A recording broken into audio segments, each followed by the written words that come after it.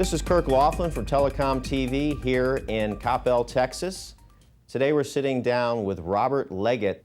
Robert, why now? Why is it so important for Coriant to make an impact during the last year in the global ICT industry? Well, Pat, the CEO, and myself both kind of share a common vision of what's really happening in the industry right now, and we were thinking about that even a few years ago and really felt that there was going to be a significant change coming in the industry, really driven around this hunger, if you will, for bandwidth. There was a similar change about a decade ago when the industry went to 10 gig. 40 gig, in our opinion, was a little bit of a stop-off point, and we're really into a full rebirth of the network under the 100G banner. A lot of that being driven by cell phone usage, cloud computing, and video on demand. All those things, along with these enormous data centers that are being put up, and content providers are putting enormous demands on the network, and higher speeds, higher capacities required. And that inflection point, as we saw it, would really be coming about now. I think that's been validated that it is coming about now. It's still underway, and we've kind of reached a point in the curve that we really felt that was continuing to grow. Our view is looking at that backdrop of macroeconomics, plus what we saw in the industry, which was the need for another really top player in the industry. There were a lot of subscale assets. There were a lot of folks that had excellence in engineering, different pieces of the network, but there was an opportunity to really put together all those elements, really form something of scale, and also provide a newer alternative for a lot of our customers, which is what they wanted. Mm-hmm. And that's really kind of the culmination of what we think we've put together. Robert, some would argue that cobbling together three different organizations under one roof creates a higher degree of difficulty. Would you agree?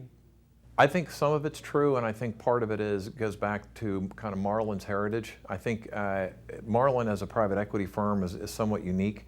The in-house team that they have specializes in difficult carve-outs and taking companies from the public world to the private world.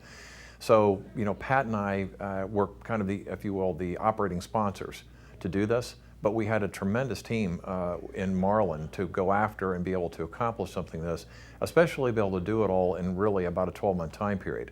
So if you look at when we started, we took Sycamore public to private in the February timeframe in 2013, followed that on with the optical asset side of NSN in the May timeframe, and now Telabs from a public to private in the December timeframe. And we had an assembled, in addition to the Marlin team, a lot of excellent telecom experts out of the industry.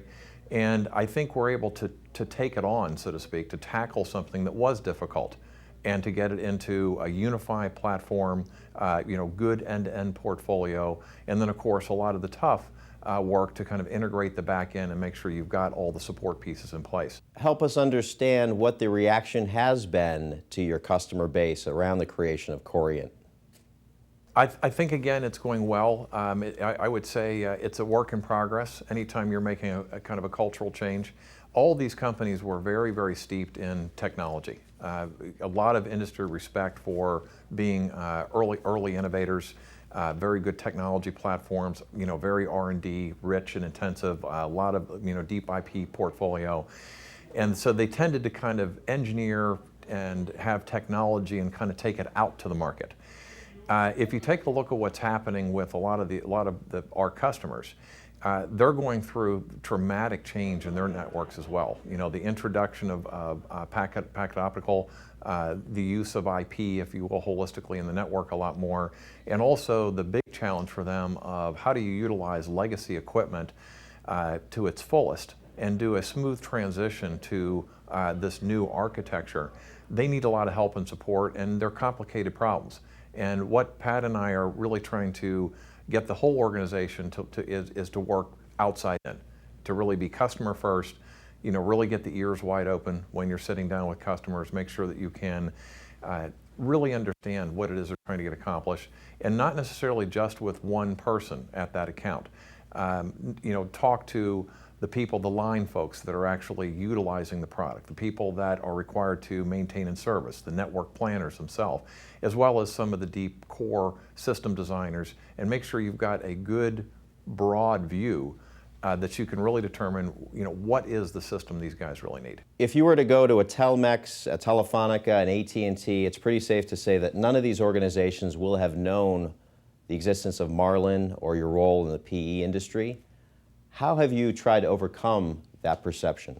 Well, we spent a lot of time on that. Pat and I traveled out to see a lot of the procurement folks worldwide, and we talked to them about Marlin's heritage. They have a great track record in doing very difficult carve-outs, and in the corporate world, they're known for speed and certainty. That's really when you're doing a corporate divestiture, what you're looking for is somebody that has a very strong in-house team, has lots of experience in doing this, and can give them comfort that you can do that quickly. That was very important for this particular thesis as well, when we talked about kind of putting that together in a short amount of time. Getting those assets out, up and running, fully integrated, and presented to the market. The other piece is Marlin's approach, which is looking for operators that have deep experience, like Pat and myself. Pat, 30+ years in the telecom industry, all sorts of positions. I've got a lot of experience in datacom and telecom as well, and marrying that with guys that are very financially astute. That's a powerful combination, and we have the opportunity with Marlin to be involved in the beginning, kind of building that thesis all the way through due diligence, and then putting it together, and of course the role we're in now, which is really running the company.